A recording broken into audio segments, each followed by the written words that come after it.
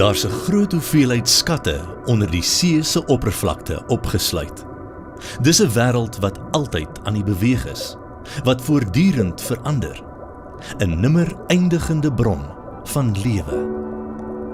In die dieptes van hierdie wilde, geheimsinnige, wonderskone en ingewikkelde koninkryk flikker 'n verskuilde stert, begelei deur die glinsterende son en die eb en vloei van die getye.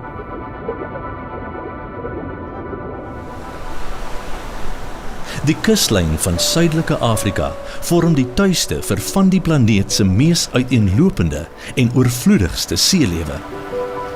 'n Spesie wat destyds in hierdie ryk waters floreer het, is so erg ontgin dat dit nou op die randjie van kommersiële uitsterwing is.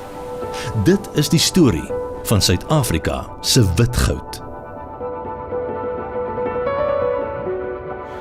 This is the South African abalone. You get many different species, and ours is quite unique. It's the only one with these wavy lines on the shell. All the other ones from around the world, they don't have these particular wavy lines. The colour of the shell is determined by what abalone eat. So in the Western Cape, the shell is generally white on the top, and in the Eastern Cape, they're eating mainly red seaweeds, and they get this winey red coloured shell, which is quite beautiful.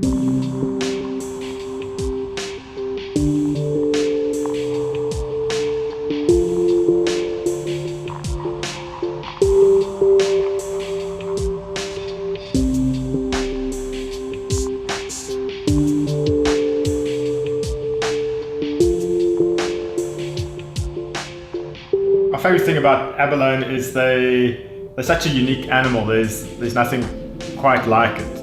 'n Studie van die skulp onthul dat dit uit lae proteïene en kalsiet bestaan. Hierdie lae is so sterk dat die molekulêre struktuur daarvan as basis vir die ontwerp van supermateriale en rekenaarskyfies gebruik is. They're pretty bulletproof. Once they're sitting on a rock with that strong muscle and that hard shell, that's why they sit out in the open. They're pretty much immune to any predator, except humans.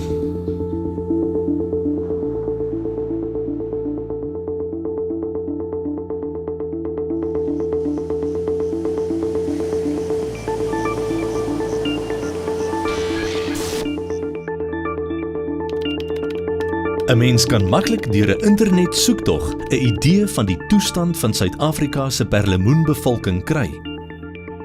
Hierdie geharde klein weekdiertjies se beroemdheid is vervang deur hulle bedreigings se berugtheid.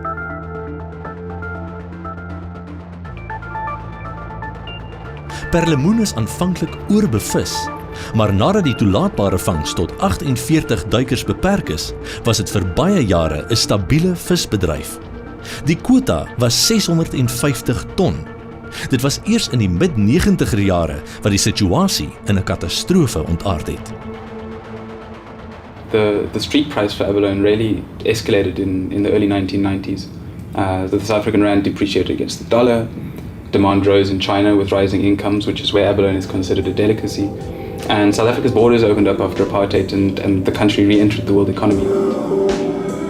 So this stimulated a gold rush for abalone, and then combined with that was the fishing rights restitution. So coastal communities saying, well, we deserve fishing rights, and we don't think these quotas that have been given out are credible. So people just said, well, we're going to do protest fishing, we're going to fish for ourselves. But it was really driven by this large amount of money. And then very rapidly organized crime came into the picture. So initially people were just fishing for themselves, and then soon gangs came in and Chinese syndicates providing the marketing channel to Asia. Die witgoud word uit Suid-Afrika na buurlande soos Lesotho, Swaziland of Namibië geneem en dan deur Chinese syndikaate na Hong Kong uitgevoer. When the Chinese entertain important guests, to honor the guests, they will buy abalone, and South African abalone is regarded as the best abalone in the world. So the abalone from China sells for about half the price of South African abalone. In 1990 was 'n kilogram Suid-Afrikaanse perlemoen maar R27 werd. Vandag is 'n kilogram meer as R400 werd. Abalone poaching happens at unsustainable levels. We all know that the resource has been reduced to a fraction of its former abundance. And the situation now is that any formal quotas are going to be so small compared to what people are taking on the regular.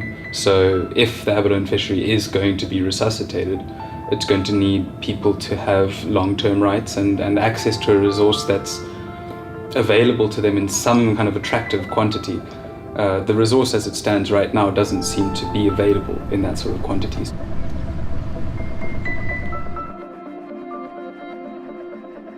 Joernalis Kimon de Greef is goed bekend met die ondergrondse wêreld van perlemoenstropery en verstaan ook die vissersgemeenskap van Hangberg in Houtbaai. Hamburg is a place that's been actively marginalized economically and socially since before apartheid. There's very few job opportunities. People are largely poor. Unemployment is very high. And despite the fact that there's been ongoing and quite genuine attempts to reform the state fisheries sector to include more people of colour in quota allocations, it's been quite a flawed process and it hasn't happened nearly as quickly as many people would have hoped. So there's a lot of frustration. And poaching is an extremely viable alternative way to earn a living from the sea. Kimon verduidelik dat 'n tipiese duikoperasie in die nag plaasvind. Manne word deur 'n boot afgelaai wat dan wegvaar, aangesien die boot die waardevolste besitting is wat die klein stroperspanetjie besit. Hulle word bewapen met 'n flits op plekke soos by Robben Eiland in die seebamboes afgelaai om hulle sakke onder water te vul. Hulle neem selfone saam wat in kondome toegedraai is om hulle waterdig te maak. Sodra hulle sending afgehandel is, stuur hulle 'n SMS of gee die spanlede op die boot 'n gemiste oproep om hulle te kom haal. Dit is dan vir hulle dringend om so gou as moontlik na die oewer terug te keer en soms word hulle agterna gesit. Maar om die stroopers skuldig te bevind, moet owerhede hulle op heterdaad met perlemoen betrap. So wanneer stroopers die gevaar loop om gevang te word, gooi hulle eenvoudig die vangs oorboord. In Houtbaai is daar geheime aflaaiplekke waar hulle die perlemoen agterlaat. Draers uit die gemeenskap, soms selfs kinders, vat die perlemoen of na 'n plek waar dit gestoor word of na kopers wat dit teen verskeie pryse van die duikers koop. And those buyers then pass the product on to operators from larger syndicates who take the abalone to drying facilities and eventually export it. It's a whole long, branching and quite complex chain that happens from Houtbaai onwards. My research was really just focused on the community. Hundreds of people were actively involved in drawing an income, and some of them were putting that income to good use, building houses, sending their kids to school, putting food on the table. Of course, abalone poaching has also had a range of negative consequences which are reported on quite often in the media. I'm cautious sometimes to just speak to those consequences because I find it's quite easy to condemn abalone poaching and its social ills, which it no doubt has, but without taking it a step further to understand where it is that it comes from and what would be needed to stop it. A potential solution to the poaching problem is abalone ranching. Die idee om perlemoen op 'n plaas te laat groei en dit dan weer in die see vry te laat, is 'n relatiewe nuwe konsep in Suid-Afrika. Die doelwit is om die wilde perlemoenbevolkings weer aan te vul en om volhoubare, langtermyn oeste vir die gemeenskappe of maatskappye wat in die hulpbron belê het, te verseker. Die omgewing rondom Port Elizabeth loop al vir meer as 'n dekade onder verwoede stropery deur.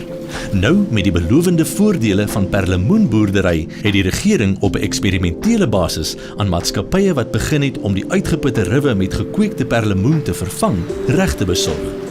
There were a fleet of poacher boats, these super ducks with 400 horsepower engines on the back, operating full time, and they were taking between 1,000 and 2,000 tons of abalone a year, which is worth between 500 million and $1 billion rand. So in other words, this fishery was bigger than the squid fishery, and they were poaching unopposed on the sea. They weren't being arrested. They were going to Bird Island in the marine protected area. You would see 10 or 12 boats there a day, and the situation was completely out of control. Om die probleem met stropery in die Port Elizabeth omgewing aan bande te lê en die aangevulde ruwe te beskerm, moes maatskappye noodgedwonge privaat sekuriteitsmaatskappye wat uit voormalige militêre personeel bestaan, se hulp inroep.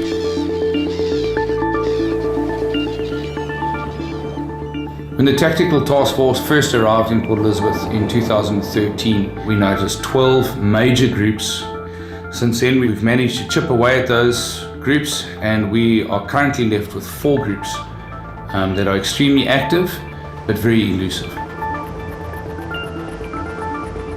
Our patrols are 24 hours a day, 7 days a week, and all up and down where we believe that they are working. Unfortunately, we can't be everywhere all the time. Volgens Tom weet die taakmag nooit wat om te verwag wanneer hulle met stroopers te doen kry nie. So hulle moet ten alle tye waaksaam wees. Toe hulle aanvanklik met sendings begin het stroopery meestal doodluiters helder oordag tydens laaggety plaasgevind. Duikers sou skaamteloos in die openbaar in die see gaan oes. Nadat die publiek egter die stroopers begin rapporteer het hulle hul modus operandi verander om in die aande ongeag die gety te stroop. Nou vat hulle wanneer ook al moontlik wat hulle ook al kan, selfs al is dit 3 uur in die oggend.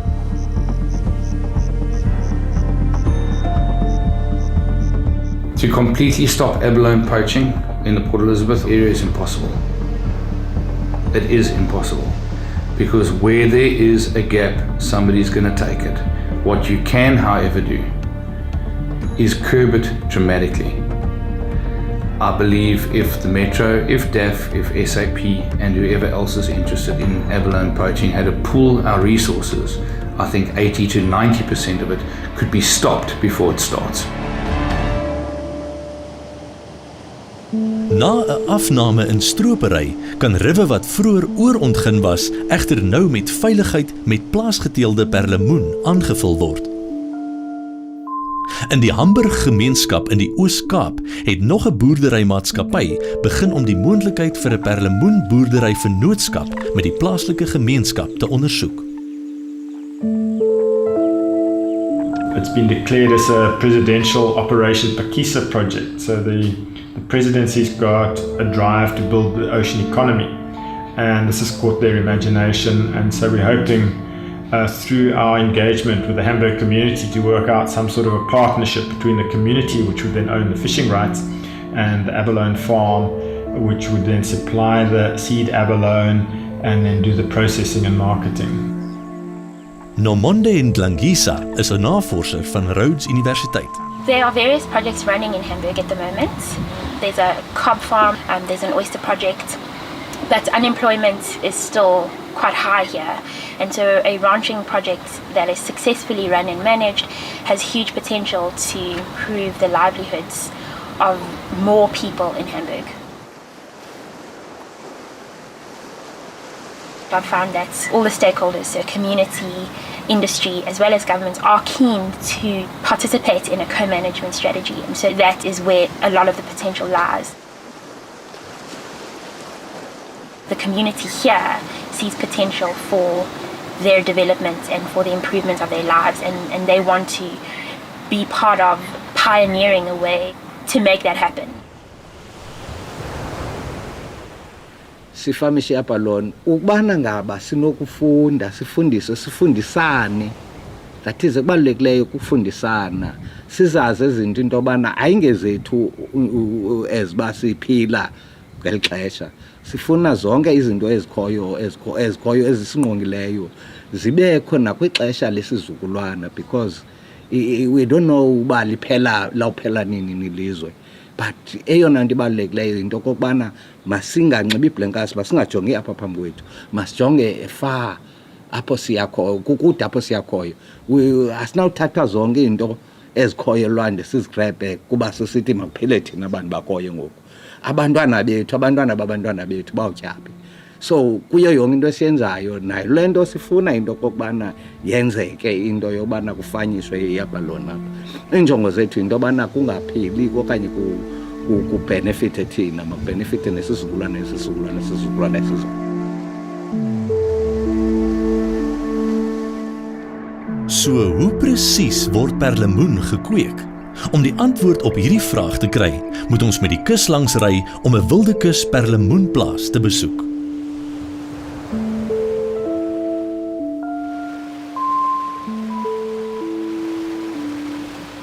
We're the only abalone farm in the Eastern Cape. All the other abalone farms are based in the Western Cape traditionally because that's where the biggest supply of natural food is, the kelp. We don't have any of that in the Eastern Cape. So in our business model, we had to include producing the seaweed to grow the abalone, to feed the abalone as well. We currently produce about 50 ton of wet seaweed every month, and we feed it all to the abalone. But we also utilize that. We take our abalone effluent water through the seaweed, which that cleans that up. So it's got an environmental benefit to us as well.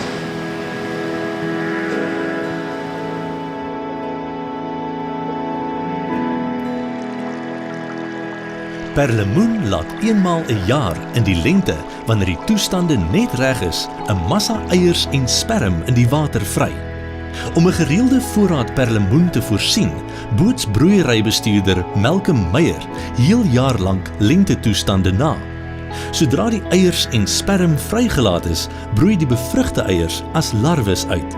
Hulle word dan in spesiale tanks hervestig waar hulle in miniatuur perlemoen ontwikkel. Hulle vreet mikroalge wat in die laboratorium gekweek is. Die perlemoen word dan in nuwe tanks oorgeplaas, waar hulle vir nog 6 jaar lank seewier gevoer word, totdat hulle volgroeid is.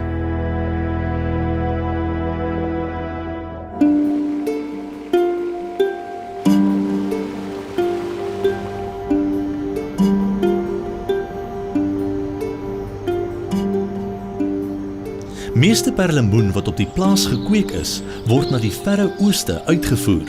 Die maatskappy Wild Coast Abalone het hulle egter daaraan verbind om elke jaar 1 miljoen perlemoen vir aanvulling in die natuur te voorsien. Perlemoen word in polystyreenbokse met yspakke verpak om hulle koel te hou wanneer hulle van die plaas af vervoer word. Hulle word na Port Elizabeth aangery en op 'n boot oorgeplaas wat hulle na die riwe vervoer, waar hulle lewens as wilde perlemoen uiteindelik kan begin.